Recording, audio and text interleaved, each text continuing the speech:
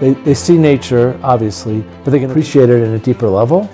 And then the fact that they realize you can have Mass at the top of a mountain, that you can go to confession, next to a stream, it makes it so that the faith can be lived everywhere.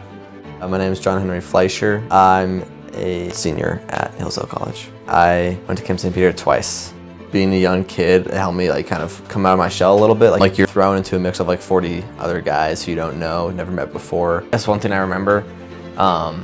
You get there and there's so many people, and you're like, I'm never gonna remember anyone's name. But then by the 5th day, you're you know everyone's name, all the seminarians' names, and you're friends with everyone. And then every day, you get closer and closer.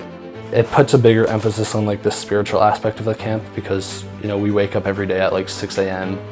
We have meditations run by the seminarians and then straight to Mass with the seminarians and the priests. It's kind of the first time that I really learned how to pray on my own.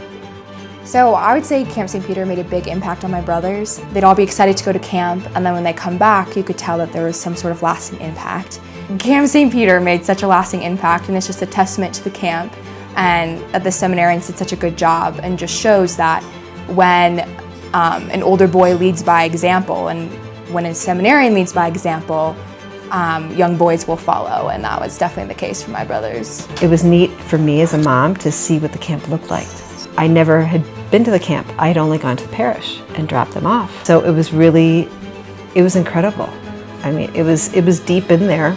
But when I got to the camp, it was organized. You had the kitchen, they had the tent set up in a certain area, they had everything completely organized. And all these boys, I'll never forget this.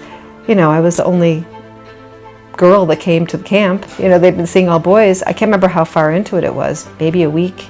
So we missed the last week. But I pull up and all these boys are running to the car with the biggest smiles on their faces, filled with joy. And hi, Mrs. Fleischer, hi, Mrs. Fleischer. And it was so cute. I could tell that all those boys were so happy to be there and they were having a great time.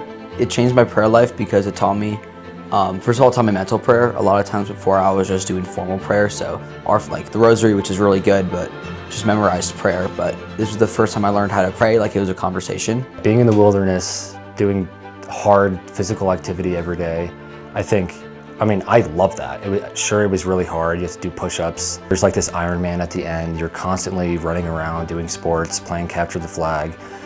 You're kneeling, you're praying, and then when you're not, you're doing physical activity. And any boy should love that. I think that's central to boyhood.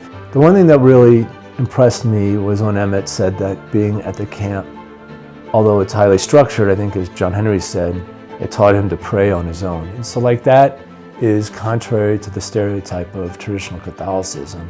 And yet he goes to this camp that's staffed by priests and seminarians, going to the traditional Mass, and he learns how to pray on his own and develops a closer relationship with Jesus.